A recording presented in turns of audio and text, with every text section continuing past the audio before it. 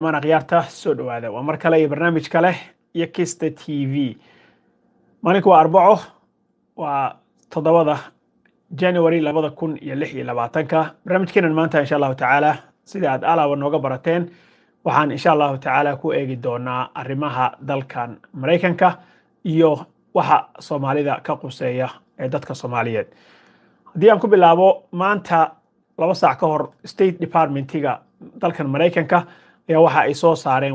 warqadaas oo ay ku sheegeen in gabi ahaanba mucaawinadii Soomaaliya ay siini jireen dalkan Mareykanka la joojinayo arrinkan ayaa waxa uu yimi kadib markii dawladda Mareykanka ay ku eedeysay dawladda federaalka ah ee Soomaaliya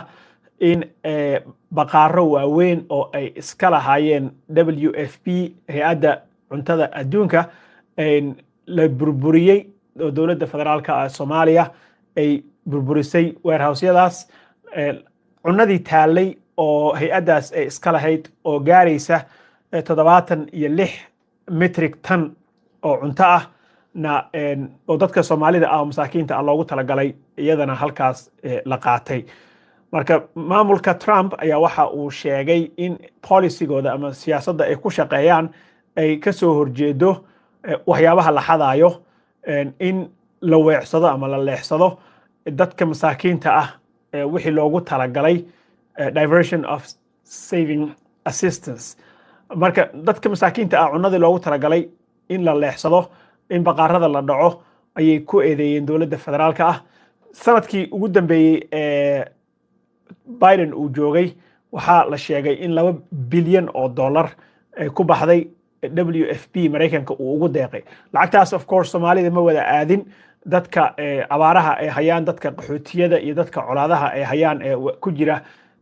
qaxootiyada iyo waxyaabahaas oo dhibaatada ay la soo darastay ayaa la siinayay oo lacagta directly waxay siinayeen WFP laakiin hadeer waxay sheegeen in Soomaaliya 1 penny senti dambe aysan kaga bixi doonin ilaa bay sheegeen arrinkan dawladda Soomaaliya ay wax ka qaban doonto mar la weydiiyay State Departmentiga wasaaradda arrimaha dibadda waa iska yiraahdee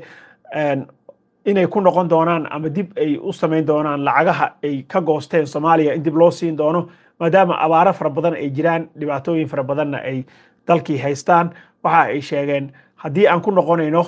ama aan lacag siinayno Soomaaliya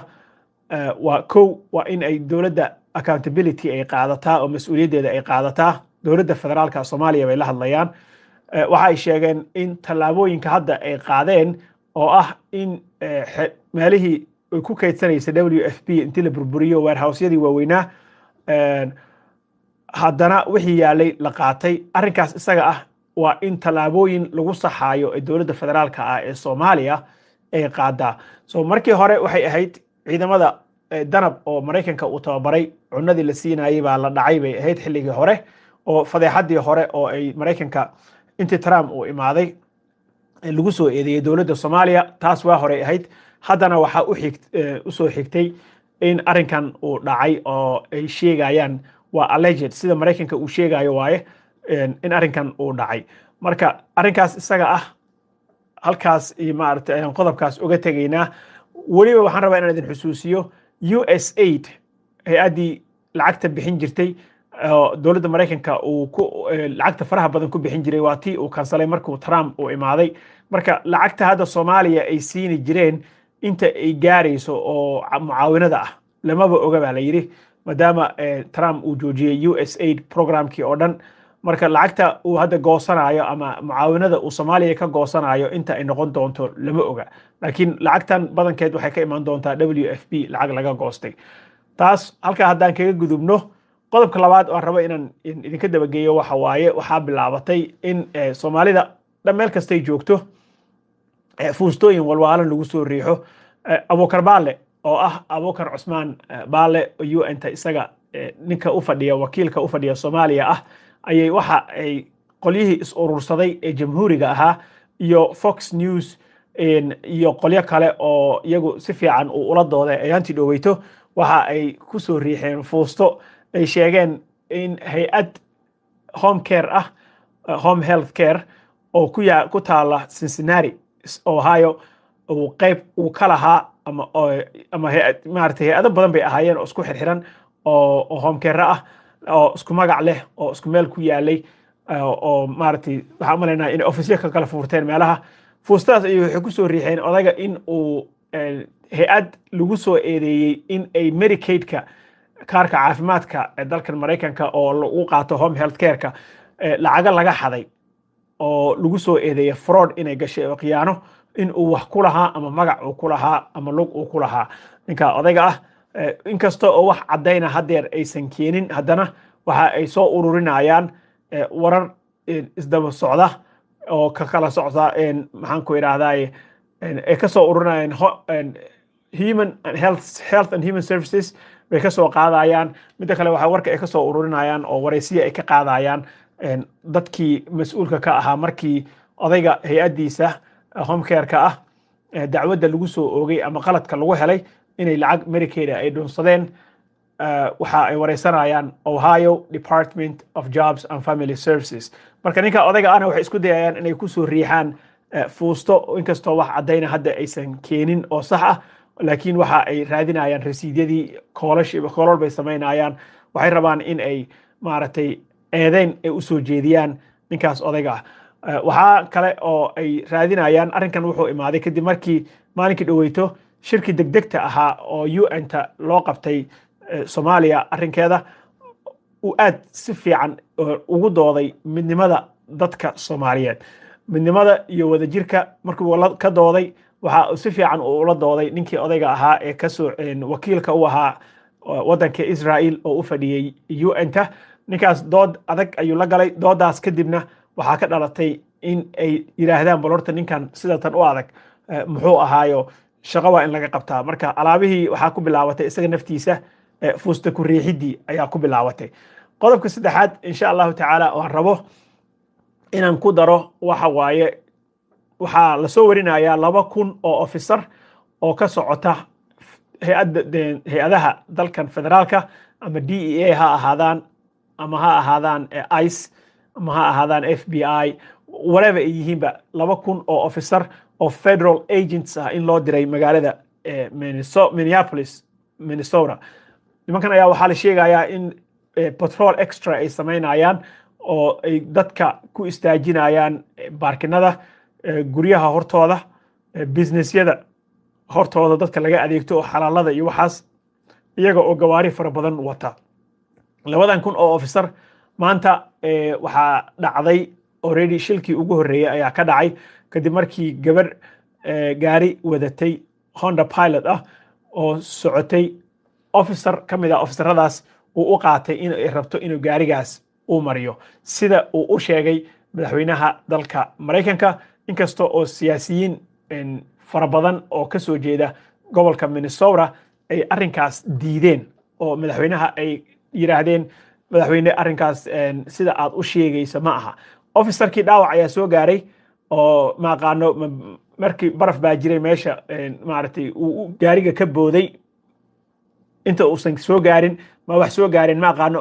officerka isbitaalka ayaa la dhigay gabadhina dhowr xaba ayay ku dhufteen oo meesha ayay ku meeyday marka accidentigii ugu horreeyay halkaas wuu ka dhacay laakiin waxaa loo soo urursaday 2,000 oo officer oo ka socda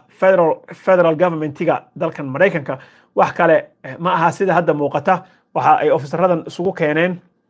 sidii ay dad fara badan u qaban lahaayeen oo haba u badnaato Soomaalida oo baryaha kan ilgooniya ay ku hayaan waxa kale oo hadda hawada ku soo jira in la joojin doono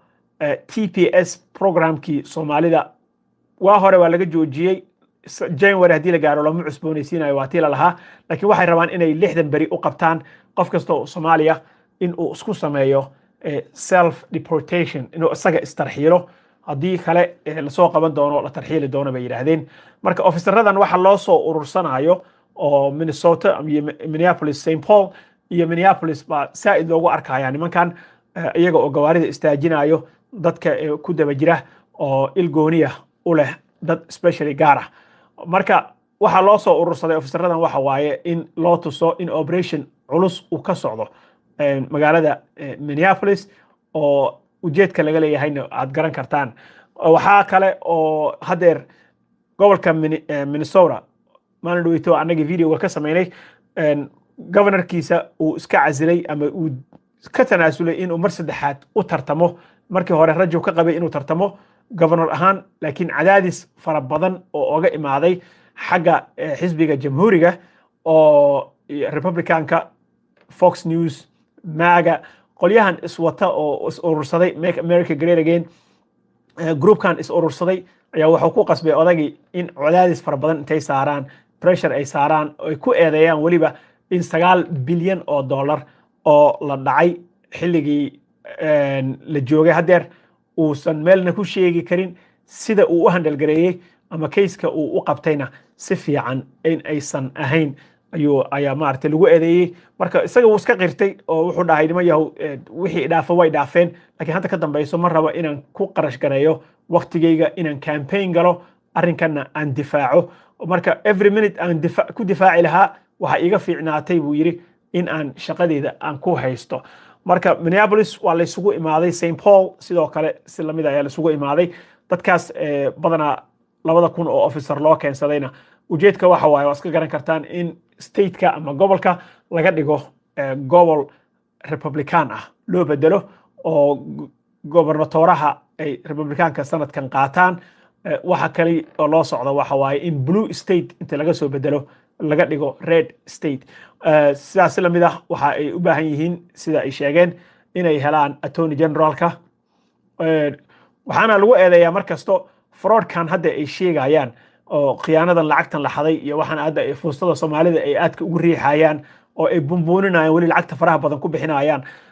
in fraudkan uu ahaa markii ugu horeysay oo la qabto 2020 marka 6 sano kadib baa waxa lagu eedeeyaa in waxa hadda loo bumbuuninayo ujeedo kale ma aha ujeedka laga leeyahay oo dhan waxa waaye in stateka laga dhigo state red ah governorka ay iyaga qaataan attorney generalka ay iyaga qaataan bay u socdaan iyo sidaas la mid ah horta mayorka ma heli karaan labada gobolba waxaan ka rabaa labada magaalaba St Paul iyo Minnesota Minneapolis already way doorteen mayaradoodii marka 2,000 oo officer ay soo direen waxaa la rabaa insha Allah taala in dadka la argagax geliyo weeraro lagu soo qaado oo arrinkan ujeedadaas ayaa laga leeyahay in maaragtay loo tuso madaxweynaha in shaqo fiican ay ka socoto meeshaas ayaa ujeedkeeda ah marka arrinkan waa arki doonaa waxa ka soo kordha TPS programka Soomaalida hadduu ka dhaco kulli ma cusboonaysiinayaan already madaxweynaha TPS programka wuu sheegay oo wuxuu dhahay TPS programka dadka haysta ama temporary protected status ku jooga ee Minnesota kaliya asaga marka hore carabaabay mar hore uu kala noqday dadkaas statekaas degan oo TPS ku joogay marka laakiin hadduu ka dhaco Soomaalida sanadkan January ma loo kordhinayo sida ay cadeynayaan sheekada kale oo soo socotana waa aniga idin sheegay in la rabo TPS kan Soomaalida haddii uu ka dhaco in 60 bari la siiyo sida Etoobiyaanka 60 bari loogu qabtay inay dalka kaga baxaan self deportation isku sameeyay bay leeyihiin idinka istarxiila hadda istarxiili weysan anaga idin qabanayno idin tarxiilayno marka waa iska booto kale iyo cagajugleyn iyo ismoojin Soomaalida hadda la rabo in lagu soo caanbaxo si codka loo qalqalgeliyo oo stateka looga dhigo state